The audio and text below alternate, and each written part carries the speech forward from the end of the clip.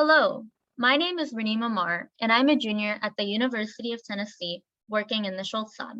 My current research project is looking at the effects of testosterone and estradiol on brain plasticity in the medial amygdala. So gonadal hormones increase significantly during puberty, which is a milestone that marks the transition to adulthood. Perineuronal nets, or PNNs, are extracellular matrix structures that contribute to brain development and plasticity. Critical periods are time windows after birth where neural circuits are more plastic and shaped by environmental stimuli. PNNs have been shown to close critical periods, and the disruption of PNNs have been found to increase the risk of mental illnesses and disorders such as schizophrenia, bipolar disorder, major depression, and autism. Pubertal rise in gonadal hormones is a hallmark of adolescent development, yet we don't know if gonadal hormones are driving this PNN increase. Therefore, I am looking at whether or not PNN maturation is 1, affected by hormonal exposure, and 2, affected by when that exposure happens, if it happens at all. So in my research, I'm looking at the medial amygdala, which is a brain region responsible for processing social stimuli and for innate emotional behaviors. Furthermore, I decided to look at the medial amygdala as it is a brain region that is high in steroid hormone receptors, responsible for olfactory signals, and essential for appropriate social behaviors.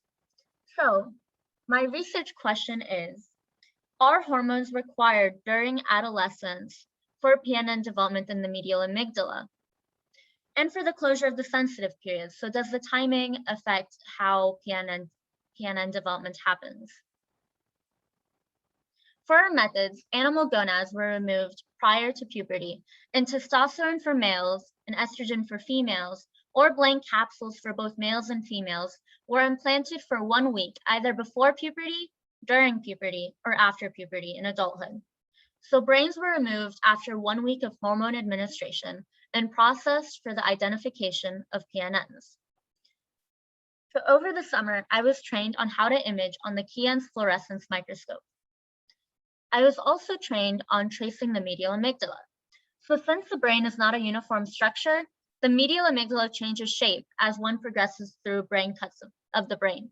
So because of this, and because the medial amygdala is not always clearly defined in pictures, I came up with my own definitions for tracing the medial amygdala using 2 different atlases and using surrounding brain structures.